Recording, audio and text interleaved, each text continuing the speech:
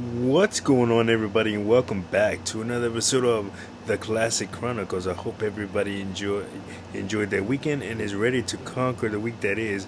Matter of fact, your weekend is still going on because if you live in the United States, it is Labor Day weekend, and with Labor Day weekend comes AEW's annual tradition, All Out, and it did not disappoint. This year's All Out was plagued by some controversy due to the whole situation with CM Punk getting terminated from AEW due to his backstage actions at All In London last Sunday concerning he and Jack Perry.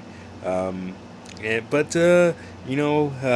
thank God the Chicago crowd, which just happens to be CM Punk's hometown, did not hijack the show. They came to do what was supposed to be done at a wrestling show and cheered who they wanted to cheer, boo who they want to boo, and that's all. That's what they're allowed to do. But anyway, let's get to it. Let's break it down because there was a lot of action on the show. So here we go. Starting off with the 0 Hour. The first matchup was the over budget battle royal, where the winner of the match would receive $50,000 to donate to the charity of their choice, with wrestlers like the Mogul Embassy, Brian Cage, and the Gates of Agony,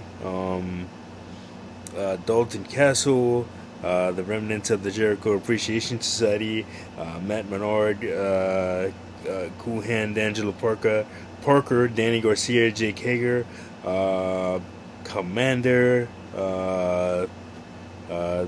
Tony Nese, Dalton Castle and the Boys, among others.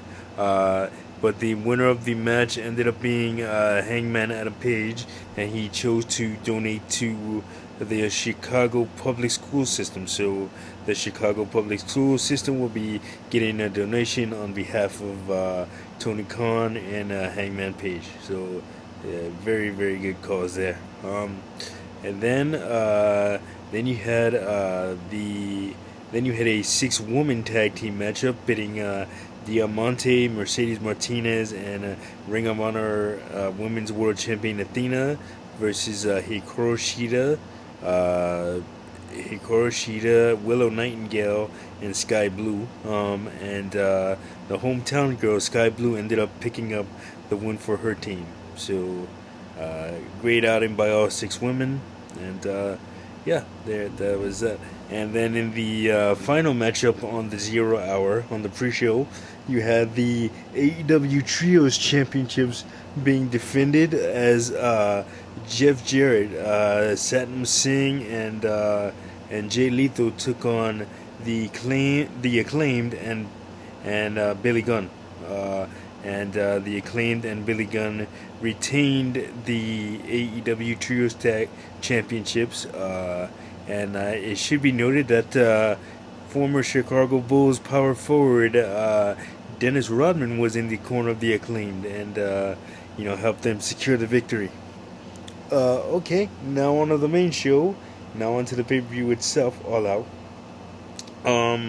In the opening contest, it was the Ring of Honor World Tag Team Championships being defended as the Dark Order's Alex Silver and John Reynolds took on MJF and Adam Cole, also known as Better Than You, Baby. Early on, MJF ran a spot where he got hurt during the match, and sold the injury, went to the back, and forced Adam Cole to fend off Alex Silver and John Reynolds by himself. And I'm loving the return to heel form for the Dark Order.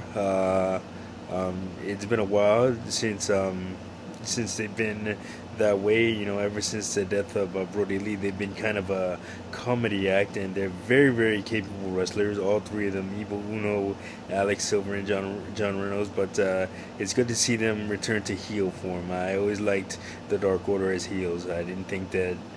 Don't get me wrong; their comedy stuff was hilarious, but as heels, they're great. And Adam Cole and MJF, man, probably the most entertaining thing going on in AEW right now. Just a great showing by them, and they hit a double clothesline for the win, and retaining their Ring of Honor World Tag Team Championships. And immediately after the match, Samoa Joe and MJF had a stare down and came to blows, and it'll be interesting to see if MJF defends either the AEW World Championship against Samoa Joe or the Ring of Honor World Tag Team Championships against Samoa Joe, along with his partner Adam Cole, and so it'll be interesting. But anyway, next up, that was Samoa Joe came out for his matchup against Shane Taylor for the Ring of Honor World Television Championship. And man, Shane Taylor is the man responsible for putting the world in the Ring of Honor World Television Championship, because he defended it all over the world when he was champion himself. He defended it in Canada, England, just pretty much like a lot of places around the world. So, but yeah, this matchup was very, very hard hitting, as was expected, and the crowd was very into it, and Samoa Joe ended up picking up the win against Shane Taylor. To retain his Ring of Honor World title. Now, I don't know the order of the rest of the matches, so I'm just gonna run them down as is. Okay, so Bryan Danielson went 1-on-1 in a strap match against Ricky Starks. Very, very physical match, as strap matches are. Usually are. Just a lot of blood, but it was really cool. And Tony Khan went at the extra mile to secure the Bryan Danielson's own theme song, "Final Countdown" by Europe. I hear that is no easy feat. It is massively expensive to secure that, but Tony Khan was able to do that, and it was just awesome to see Bryan Danielson back after that arm injury that he sustained back at Forbidden Door in June. It's just so good to see him back, this quick, 4 months later. And they had a hell of a match. Ricky Starks is no pushover. He's a hell of a competitor, and he deserved every accolade that he got during that match. Then you had Miro taking on Powerhouse Hobbs. Another hard-hitting matchup between two big men. This matchup was very, very fun.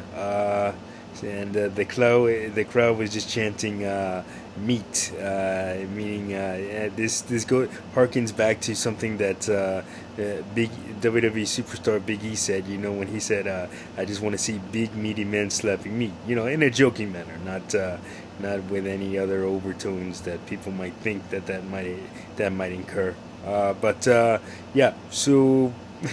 So the crowd was chanting meat, and every time that these men would chop each other, it would just be like meat forever and stuff like that. It was very, very fun. The Chicago crowd had a lot of fun with it.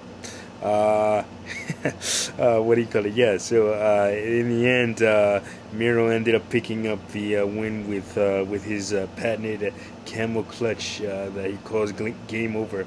And just when you thought he was going to, Powerhouse Hobbs was going to give him his props and shake his hand, he attacked him from behind, prompting Miro's wife, C.J. Perry, formerly known as Lana, to make an appearance in an AEW ring. And she tried to comfort Miro, but him having his Redeemer gimmick, which is he doesn't speak to nobody or look to guidance for anybody because he feels like God betrayed him, so he's just out on his own, just wreaking havoc. So that's the gimmick, not necessarily his personal beliefs, but yeah. So yeah, that's how that went. And then you had Wheeler Yuta and Claudio Castagnoli of the Blackpool Combat Club taking on Eddie Kingston and Katsuyori Shibata. What a hard-hitting tag team matchup this was. Considering the deep-seated hatred with Eddie Kingston and between Eddie Kingston and Claudio Castagnoli.